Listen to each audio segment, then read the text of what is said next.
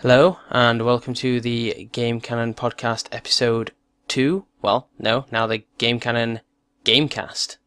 Yeah. New title. It's still episode 2 though. It's still episode We've 2. got one under the belt. So I'm Sharp, And I'm Gandhi.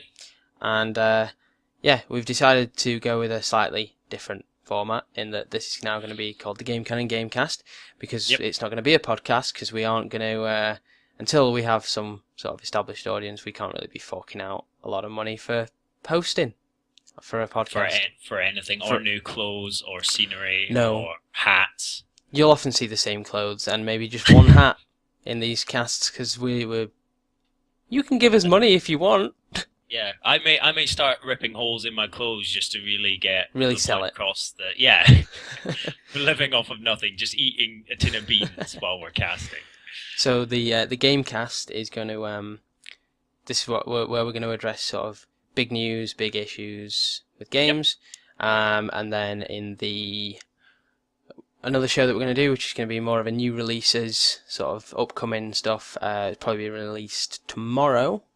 It's a bit more like banter, that one, isn't it? Because we get to talk about what we're playing as well and what's coming up. So what we're playing, what's coming out, just general updates and a bit of news. Yeah, bit of fun.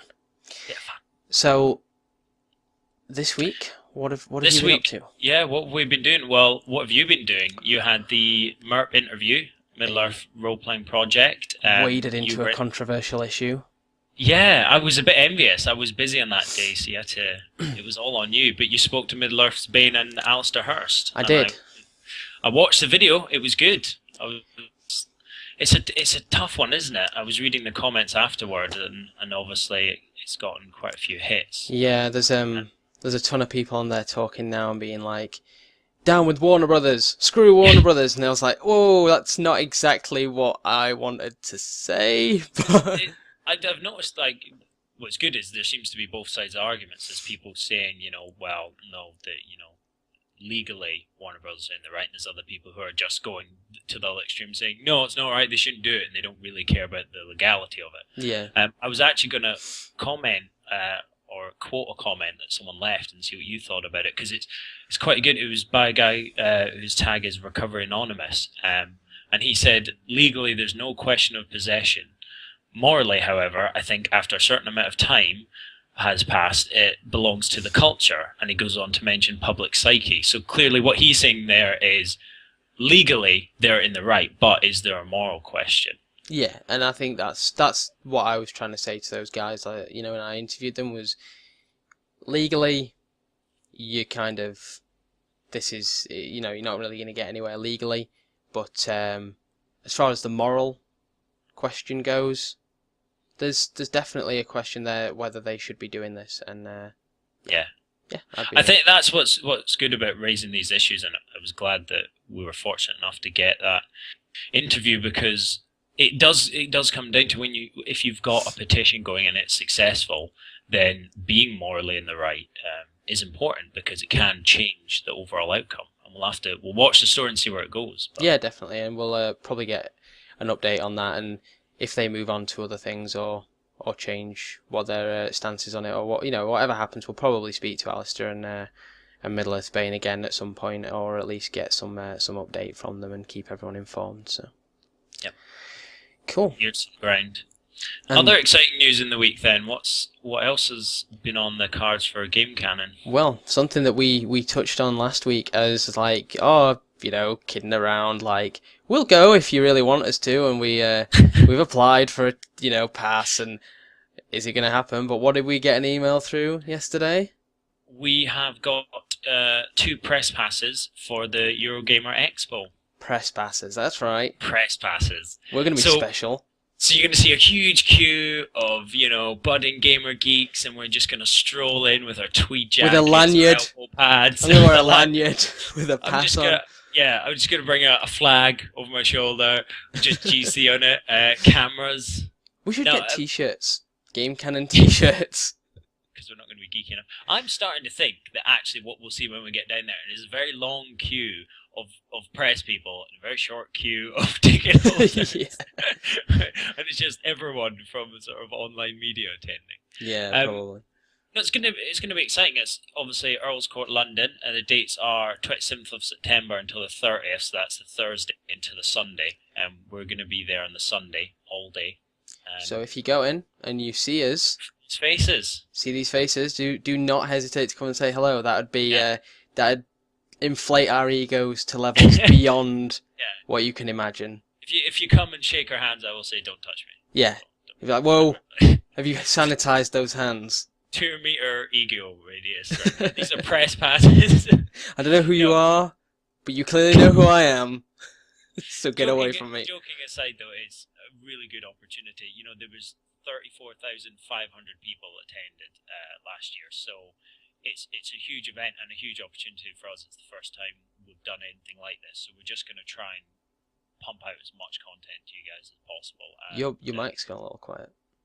Is it? Yeah, you turn it up. I'm going to turn it off. Oh, maybe that's better. Just moving it a little closer to your mouth. I don't know. A little quiet. I was slowly moving it away. So yeah, we're going to pump out the content and bring it straight to the site as soon as we can. We'll probably have a laptop so we can do little articles and snap pictures. So expect Definitely. a lot the 30th of September. And if anyone wants to send us a video camera, we are woefully unequipped for travel. So we are considering thievery. Yeah. No, we're going to sort something out. It's going to be great. It's going to be high quality coverage. It's going to be a lot of fun as well, because I just can't wait to get down there and play on all these new games. I mean, you know, content aside, you guys can wait. We can play things.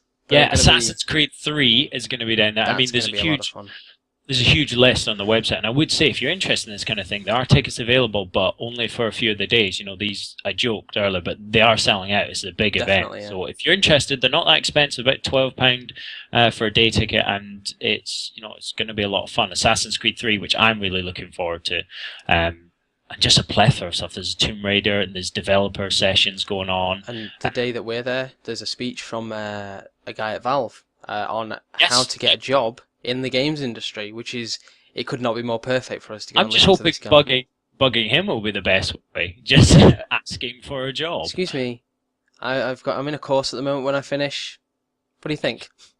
Job? Job? Just a job now, carrying your coffee. Who else is giving a talk on the day we're there? Peter Molyneux, a Fable guy. He'll be down there. Yep. There's going to be loads to do. We're going to have to get a proper rota and split it up and try and cover everything.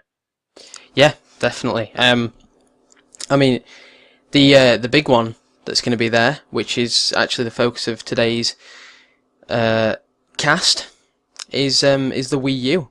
First UK look at the WiiU. First time it's going to be playable to the general public and to large amounts of press. It's only been sent to the big websites and stuff so far. So we're going to have a look at that. I'm really excited about this because this has kind of happened as a happy accident. We've just sort of obviously started up our podcast and had a look at this Eurogamer, and we've been talking about the Wii U, and then suddenly everything's landed in the right place at the right time. We're going to be, there to try it out first in the UK. It's going to be a lot of fun, and it's a big one. It's a big one. Well, it's a game changer. It's the first new console in, I think, 6 years. The first real new console. I mean, not like a different Xbox or a PS3 with a bigger hard drive. It's a real new console. The other thing is as well, though, that it's big because it's a new console, but it's also big because it shifts the direction that the competition is going in again. When the Wii came out, it really did change things up. It saw the spark of things like Kinect and stuff, which brought games to families. You wouldn't really consider it before, having your whole family playing like the Xbox at Christmas, or the Wii, but then that's what happened. That is what happened, yeah. I mean, a lot of the criticism that the Wii garnered was that it was a casual gamers console and a kids console, and or family, you could say family console. Family console. I think that was a strength for it, really. I mean, but Nintendo got a lot of... They went from the N64 and the GameCube, which were real sort of gamers console, core gamer consoles, and the Wii was a real departure from that, and their reputation over this generation of consoles has definitely, I think, been that they are now the family company. But the Wii U kind of looks set to change that a little.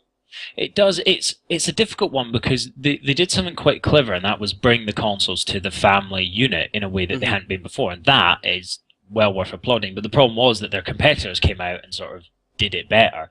And you've got to remember that the families do get together to play these sort of games, but generally you're looking at big events, Christmas time, special occasions. It's not sort of week in, week out, and therefore you need a console that's gonna be there for members of the family throughout the year who are interested in playing it. And I think that's maybe where the Wii was let down slightly, in that the quality of the games for gamers wasn't there. Well, that's the I mean, that's the thing that I'm looking at now, is that the Wii, the shortcomings of the Wii were not just like, that it didn't have those. The reason it didn't have those third-party games, the really big titles. I mean, well, it had the really big titles. It had things like. But what I looked up recently? I was looking up how many 18-rated games there was, just out of an interest, and when I looked them up, they were all the sort of big hitters that you'd expect, but they were just released out of a sort of necessity to have them available on the console, weren't they? They didn't. Yeah. You couldn't actually play them to any competitive or decent standard. The ports were never great. Like developers didn't focus on the Wii the way they did on the PC, Xbox, and 360. So PC, Xbox, and PS3. The Xbox and the 360 are the same console, by the way. But when the Wii first came out, it was a bit of a novelty, and it was cool having the motion control and stuff. But then the competitors did that, like we say, PlayStation Move and Kinect. The PlayStation what? Sorry? The PlayStation Move. The Move? No, I've never heard of that. Listen. Is that the lollipop one? Yes, it's the lollipop one. It's the ice cream cone. It's what all the cool kids are doing. I've heard it's alright. It's not quite as successful as Kinect, though. People have heard of it. I just love bashing the PlayStation. I know you like that. But a big problem, I think, with the Wii was the fact that it wasn't in HD. Oh yeah. Like, there was no HD output, and the hardware was really dated when it came out. It was never competitive with the Xbox and the PlayStation, and that's why the games didn't look as good. So the core gamers. Yeah, it kind of handicapped it. It couldn't really be a gamer's console because of the quality. But that's something that's going to change. They're coming with HDMI cables. That's state of intent, 720 and 1080p quality. So, and looking at some of the footage of the games that are going to be available on release day, that the quality is there. They're nice games. It's it's definitely. I mean, it's now competitive with the current consoles. Don't know what it's going to be like in comparison to Xbox and PlayStation's next consoles, but then they've not even been announced yet, so you can't talk about it in that context yet. At the moment, it's going to be the most powerful console when it comes out. I would imagine. I think it's going to, be slightly ahead of the PlayStation and the Xbox. Do you not think the interesting thing about it is that obviously I suspect that the Xbox and the PlayStation will go for more hardware-focused consoles. But the interesting thing is they almost, with this Wii U gamepad that we're going to discuss, I think they almost can't go fully in its direction, because it would be such a departure from their model of how they operate consoles and pads. It would be quite a jump for them. Whereas it fits with Nintendo's ethos of handheld gaming, consoles like the Game Boy or whatever. It sort of makes sense, doesn't it? Yeah, well, I've just put a picture up now of the Wii U console, Wii U remote. That's what it's going to look like. Remote/console/ do it. Yeah. Basically. That's the new controller, and this is the big thing about the Wii U, is this new controller. Now, what this allows you to do is you can either use to me it looks a bit bulky, but you can either use this as your entire system. So you can actually play all of the games, and the video will stream directly to that screen, which is it's a 6.something inch, 6.2 inch touch screen. The resolution on that is 854 by 480, so it's a low end resolution really. It's not quite an HD resolution, but it is a small screen, so that should, it shouldn't suffer from that.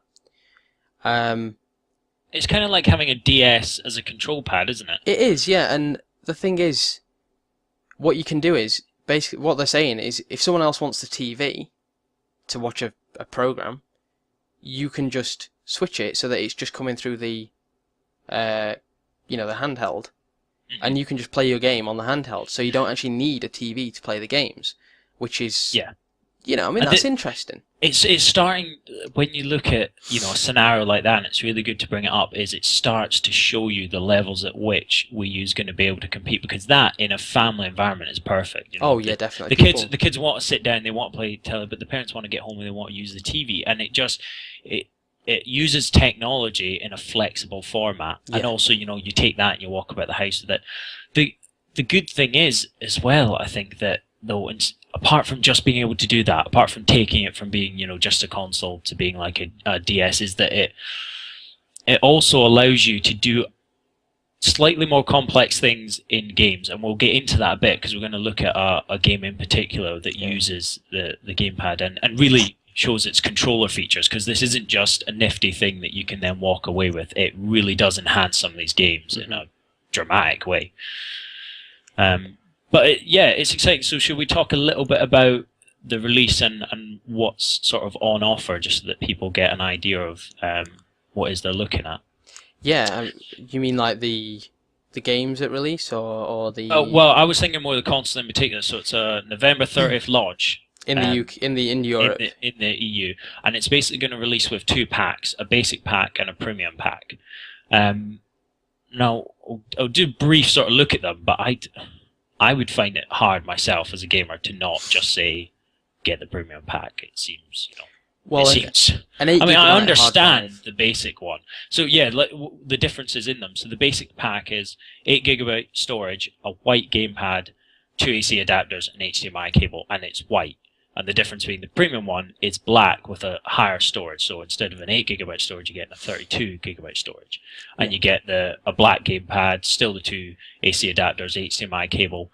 There are some other extras in there. You get a gamepad stand, a console stand, a charging cradle, a sensor bar, and a Nintendo Land game, which will be on sale on release day. And the Nintendo Land game is much like the Wii Sports, in that it's basically there to teach you how to use all of the different peripherals with the Nintendo, which is pretty crazy that a console needs a game basically there to familiarize yourself with the controls, because this console has so many different ways of inputting control, which again we'll talk about later, but it's got everything on board. Yeah, but I was just going to say, I think what they've tried to do here, and it is a sort of smart idea, is they basically said if you've got a Wii already, you don't necessarily need to get another sensor bar, which you would get in the premium packs. It's a way of allowing you to just have a cheaper option of just upgrading your system. Yeah.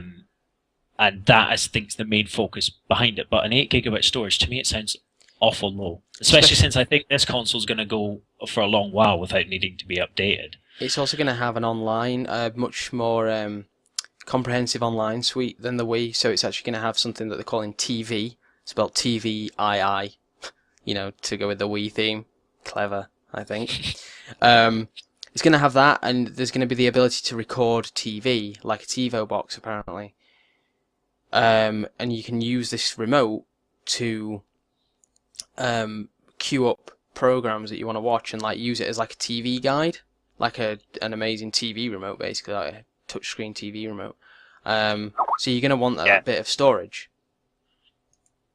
Yeah, I think, and obviously there's, with the premium packs coming on Nintendo Network Premium as well, it seems like there's a lot of additional features that just make this console something better. The Nintendo Network Premium is basically, the concept of it is that you'll be able to shop digitally, and you'll be able to earn points from buying the games that you can then use on future purchases.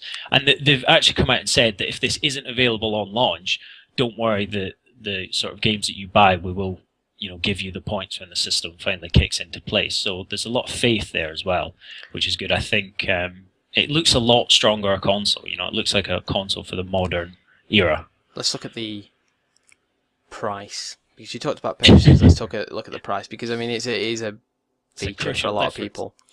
That's the big difference with the Wii, and also with the other consoles, is it's going to be pretty expensive out of the gate.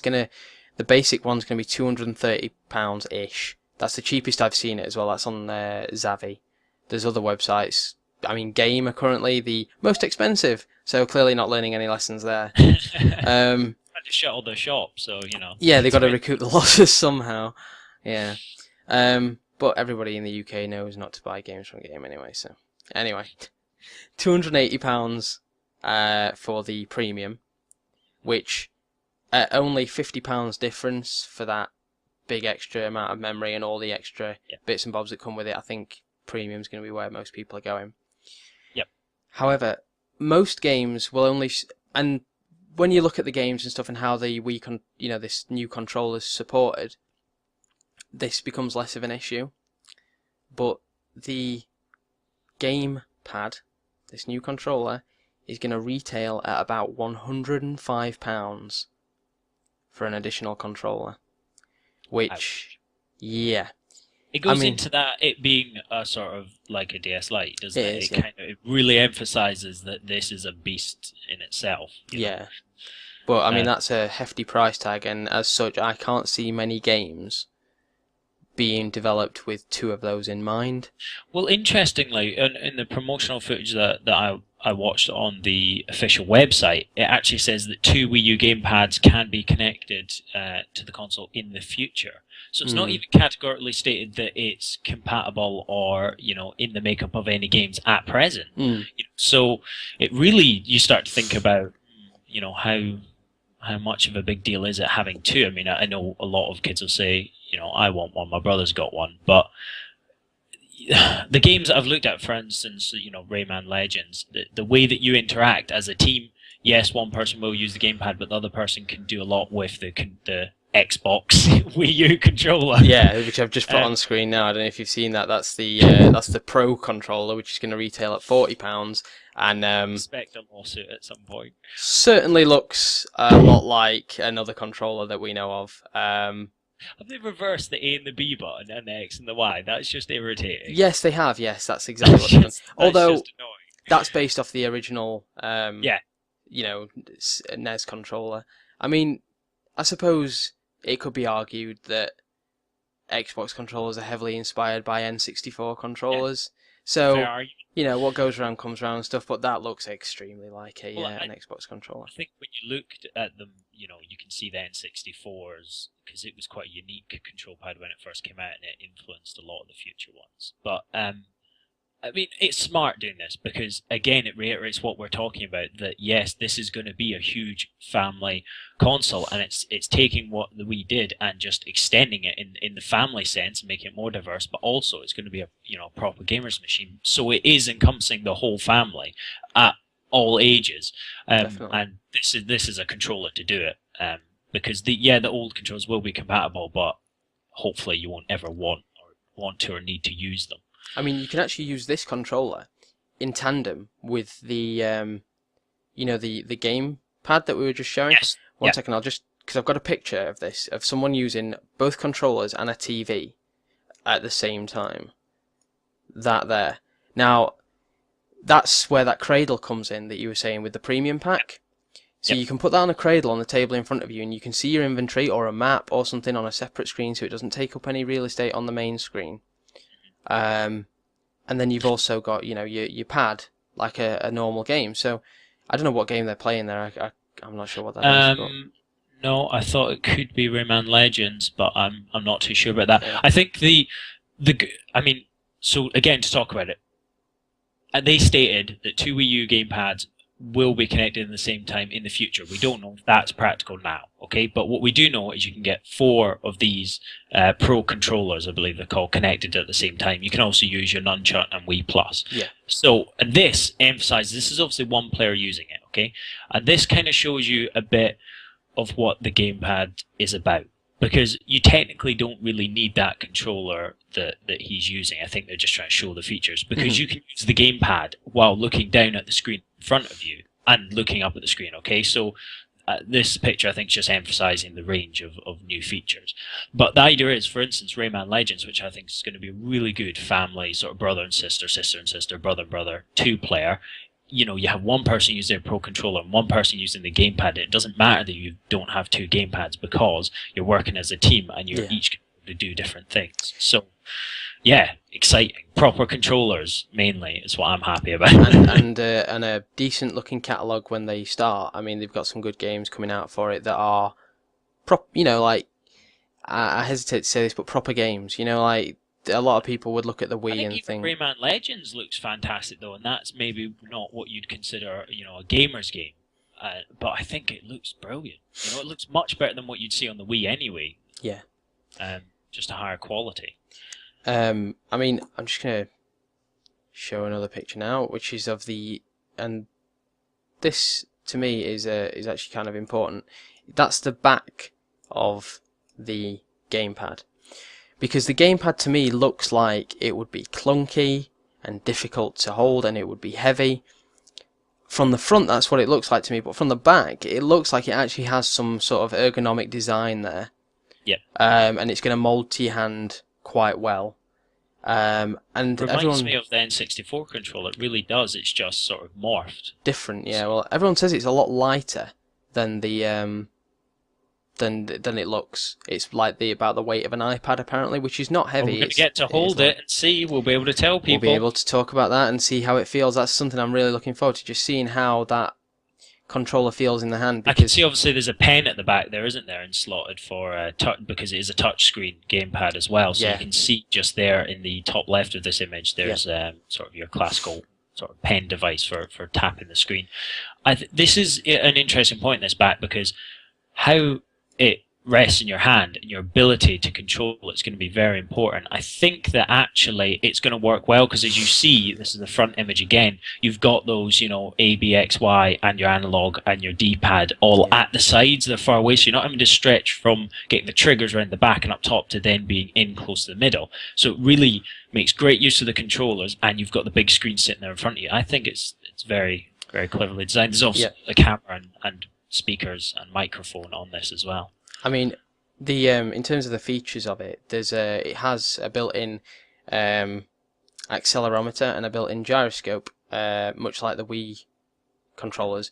You're not going to be waving this around like a Wii controller because, frankly, at £105 for a replacement, I'm going to be sitting with it very carefully clamped in my hands if I decide to with get a gold chain around your neck. Exactly, just like bolted to my hands, But if you're thinking of how to use those, think of, for instance, something like Tomb Raider, or again, I keep harking on about it, but it's going to be a big game, Rayman Legends, and think of being on a platform that's wobbling and you need to steady it for your other player to walk across. That's where your sort of gyro is going to go. You're going to be able to tilt it and angle it from there. You're not, as Sharp says, going to be throwing it about like a Wii Plus. See, the PS3 actually has gyroscopes in the controller.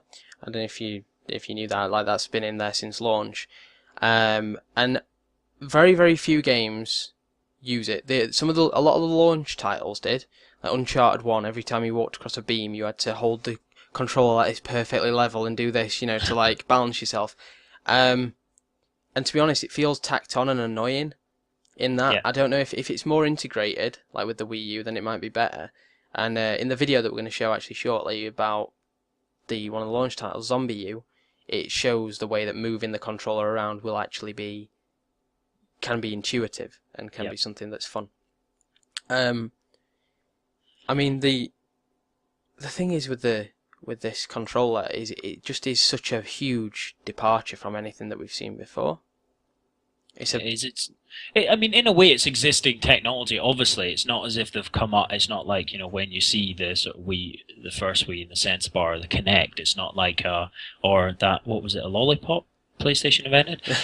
It's not like some brand new amazing piece of technology that you're wondering how it works. Most people look at it and go, yeah, it's just like a gamepad, like an advanced Game Boy, a DS, whatever. But the way that this just incorporates itself as a controller and the way it enhances that living room experience, that's what to get excited about. Because, and the console in itself, they've got more onboard memory. It's now split I think it's 2 gigabytes onboard memory, so it's 1 gigabyte for the game and 1 gigabyte for the system. So the actual console itself is faster. It's, you know, HD graphics. You're going to play proper games and it's going to look fantastic. The game is going to run smoothly. And if you want a game, you're going to be able to download it using hopefully what we presume is going to be a good online system. Yeah. So it's although it's not something brand new technology-wise, it is just sort of existing stuff. It's been, you know, integrated into the console in such a way that it is kind of a game changer, I think. I really do. One thing I'm slightly disappointed and a little confused about, but I think maybe it does make sense, is that the touchscreen is one touch only. Like, you know, like with an iPhone or with most smartphones now, to be fair, it's multi-touch. You know, you can pinch and like sweep with different touches of your fingers and do different gestures to produce different results. This isn't going to have that. It's just literally going to be, you know, one touch to do things. But then you're going to be holding it in one hand, aren't you? And it's just literally just to do little things on there, so... I didn't really, to be honest, when I first heard it was a touchscreen, I was a little bit annoyed because I got this image of kids and biscuits and crumbs on the screen and smears, and I thought I just liked it being a screen because when you see it working with WiiU, which we're going to look at, it just looks like a really good display. And the fact that you'd have to tap it and stuff, because then as well, you know, you're getting the pen out maybe, or you're going to have to use your finger and you're having to take a hand off the controller. So it then is that not just awkward? And if you've... The way that a lot of people are using it is, like, for certain games, is for inventory management or for maps. So it's good for, like, you can just tap and move, like, and re-equip a different weapon or something without having to navigate menus. And although you are going to be sort of taking your eyes off the screen, it's not blocking your view, so you can just still keep glancing up at the screen. So for survival games, I think that adds a whole, which is what WiiU is similar to. It's a zombie game, so you can be looking down at your inventory and moving things around, like looking through your bag, but you're looking at your surroundings as well. You know, that's a new level of immersion. It's going to be really interesting because there's certain aspects that this gamepad's used for that make complete sense, like a map display. You just go out, down, you can see an objective really close up, so you can immediately see, all right, I need to go left, I need to go there, and that makes instant sense. The inventory, it's one of those ones you're really going to have to play it to know how good it's going to be, because at the end of the day, if you're looking down to mess on inventory, well, why couldn't you just pull it up on the screen would be an argument you could make. I actually think it's going to work, though. I think that being able to see something in crisper, closer up detail, you're going to be able to move it around and manage it more, and it's going to give you a nice sense of, like, this is a sort of a utility, a tool that you've got. I mean, if you look at the screenshot I've just put up, that's someone playing Arkham City, and if you see, you know, you've got the map on. See, this is what I think it does best, you know. So you just but then I can see the touch screen. You can see there's buttons on the right hand side, and there's something up the top left. I mean, I don't know what these buttons are, but presumably, maybe, okay, you're looking at say one of those toggle buttons were security cameras, so you would just tap that and it would flash up where the security cameras are. So I can't see why a one touch screen is useful. Yeah, I think it's a smart little system. Do you want to have a look at the trailer for WiiU? Yeah. So this is one of the launch titles that's going to be coming out with the Wii in November. So I am mental for this. In time for Christmas, everybody. It's from Ubisoft.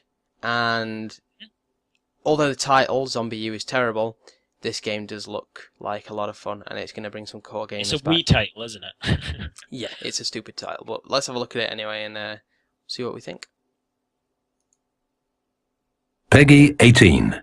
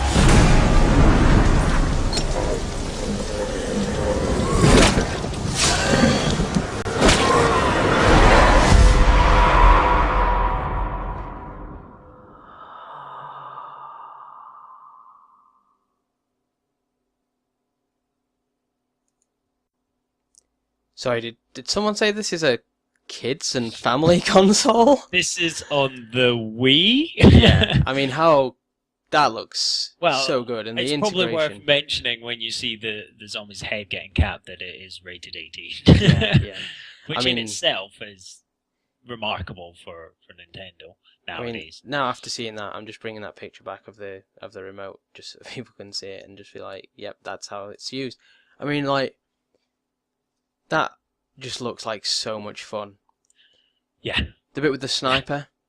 Yeah, I thought that was cool. Being able to, like, you know, you go into a zoom mode and you can just use the controller and it's on the screen. So it's actually like, you know, on the screen it's distant, but then you've got the scope up in front of you. This is where the sensor bar will come in for obviously telling where the controller is versus the screen and stuff. So it looks like you're just pulling up a visor essentially over your eyes, or a scope.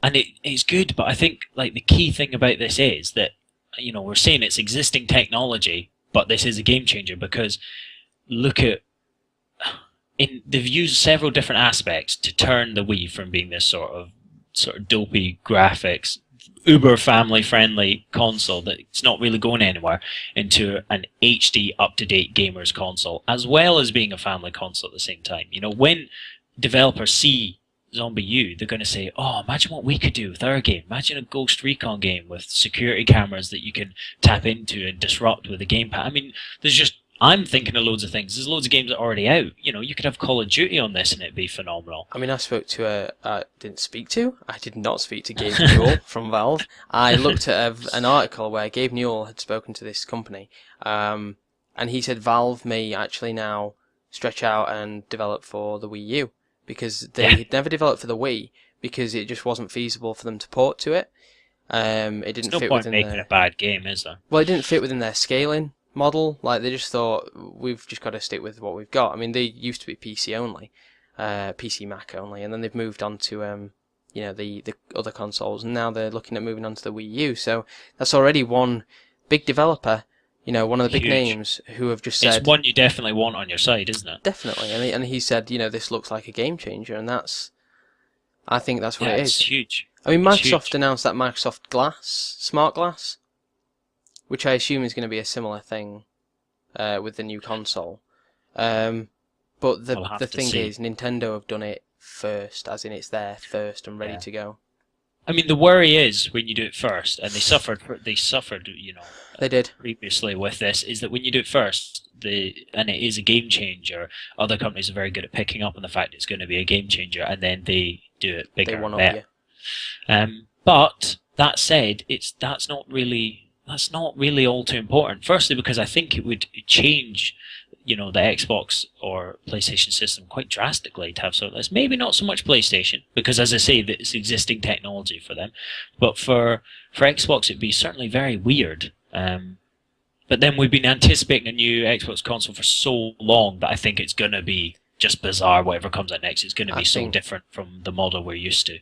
One of the big reasons I'm excited actually about this Wii U is it's a new console, which there's not been a new console for ages, and it's giving them all a kick up the arse basically, and getting them going and getting like as moving. Well, it's got to worry them, doesn't it? Because Wii is now in contention for the gamer market again. I want to play these games. I want to play. That looks like a great zombie. Yeah. Welcome back, Nintendo, because you know we've missed you. We have. I mean, obviously there's going to be like the standard Mario games coming out for it and stuff like that, but they're all fun. Steady on with your standard Mario. That's what we're trying out at Eurogamer, and I've looked at it, and it looks good. Wait, we don't get to play ZombiU? It's not available from what I see. Not on what's on. Oh, I'm sad about that. We'll double check, but it was listed that the Mario Brothers U was there, but it looks good. Mario Brothers. I'm going to look forward to covering that. I think it's back to its prime again, and on a fantastic new console with a new gamepad. Yeah, I mean, that's what we've got to come down on, is that this console looks great, and it looks like a great new innovation, and it's a great move on. It sounds like it might be a bit pricey, but I think it could be worth it. The only thing, and this is one little niggle I've not mentioned yet, and for the price I think it should have, no DVD player, no Blu-ray player again. Only plays Wii discs. That is a bit of a tough one. Yeah, well the thing is, I don't have a DVD player. I have a PS3 and an Xbox, and they do Yep. that. So I don't have to have a DVD That's player. very odd. That is very odd. So this ain't going to replace those consoles anytime soon, because it means I have to buy a DVD player as well. And for the price, you know, then having to buy a DVD player and a Blu-ray player if I want. That's It's a lot odd of because I money. wouldn't have thought it would. I wouldn't have thought it would ramp up the price of it that much, even having at least a DVD player in. I think it's a... I couldn't speculate as to why they've done that, but I don't understand it. I think a DVD player would be... It's common sense, isn't it? Because Yeah. these consoles are becoming, we've talked a while, or I said we've talked a while. It's been said for a while that houses of the future will have their own sort of massive media centers, and loads of people have tried to do it badly. And while loads of people were trying to do it badly and getting sort of systems to work with it, consoles came out and kind of just did it in a oneer. Yeah. They've very much shown how it can be done, how something can encompass quite a lot of things and can hook into a house's network. So it seems a bit backwards not to have that. Yeah, it's a bizarre choice, but... We might go down to Eurogamer and find out it's tucked around the back, and we'll have to write a retraction. Yeah, I yeah. hope Well, that's the case. I mean, this is from articles that I've seen of people who've Yeah. actually had a look at one, and it's from the box as well. It's not... It doesn't odd. boast a DVD player, but, if that changes... Obviously, we'll mention it, but we're a month from release now. Well, a month and a half from its release, so... It's not I the can't kind of see thing it changing. you'd have as an accessory anyway, so No. it's just odd. They must... I don't know where the logic from that comes, but... No. I mean, everyone's Maybe- talking about whether the next Xbox is going to have a Blu-ray player. Because obviously that's Sony's technology. But it makes sense for Sony to put one in. Let Xbox use it because it means they sell more Blu-rays. Yeah. But, And you don't really want to entice them to have to come up with another HD format just for them. well, HD I don't think- DVD I don't think failed, they- didn't it? Yeah, I don't think they would even attempt it, but Mm. it just seems easier to bring them on board, doesn't it? They should, but it should be in the Wii is what we're getting around to saying. They should have that, but it's not there, and that's frustrating because if it was, I'd be thinking a lot more about buying one of these. Well, you wouldn't have to worry about not having another console. You could, That's true. or a DVD Blu-ray player. You could simply have that. Saying that, I got a Blu-ray player for like £20, so. I mean, It's maybe the that's the price argument. of a game. Yeah. Maybe that's the argument, is that they're not expensive, so... Well, so exciting though. To recap, this Zombie U game is an excellent one to highlight because it's available at launch, and it, I think, reiterates that this is a game changer. It's an edgy game. I saw in one of the promo videos for it that it was set in London in a sort of zombie apocalypse, and the idea is you play a survivor, and if you get bit by a zombie or killed, that's you permanently dead, and you sort of transport into another survivor's body, a random survivor. And it's really gritty. It's the graphics look phenomenal. London looks good with zombies in it. It looks good, and there's sort of, I remember there's an ambulance in it, and sprayed on the back is "We are the 99%," which is sort of very current and sort of. I have to global. apologise.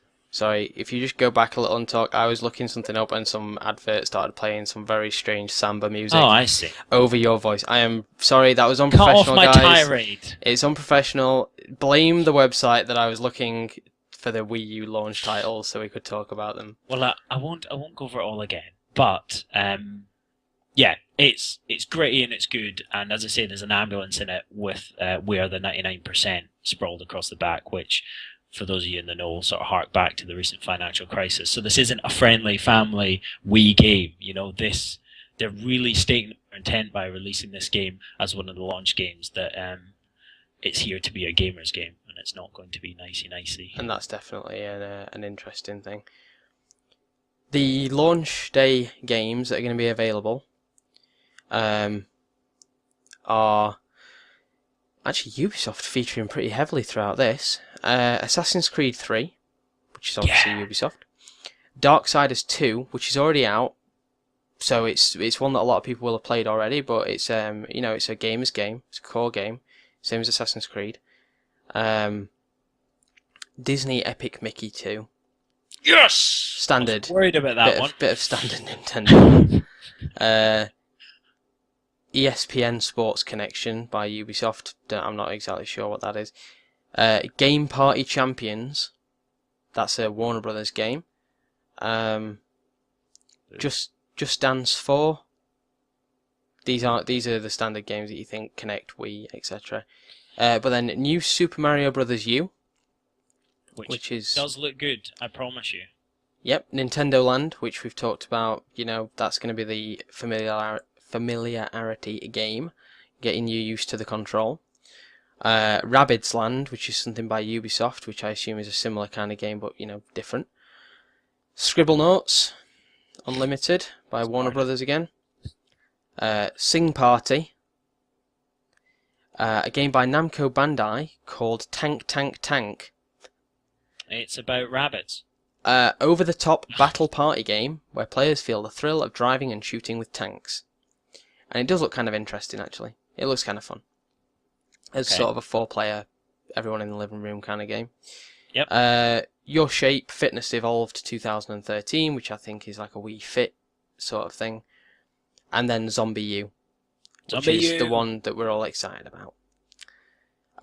There's a few games that have been confirmed for the launch window, but probably will be available on day one. Batman Arkham City, which I just showed that picture of. Black Ops 2, FIFA 13, Madden NFL 13, Mass Effect 3, Special Edition. I don't think Mass Effect was ever on the Wii, so that's interesting. Yeah. Marvel Avengers Battle for Earth, so an Avengers game which is coming out. NBA 2013, Ninja Gaiden 3, Sonic All-Stars Racing, which sounds a bit Mario Kart-y. Yep. And Transformers Prime, so a Transformers game. So an interesting slew of titles. Yeah.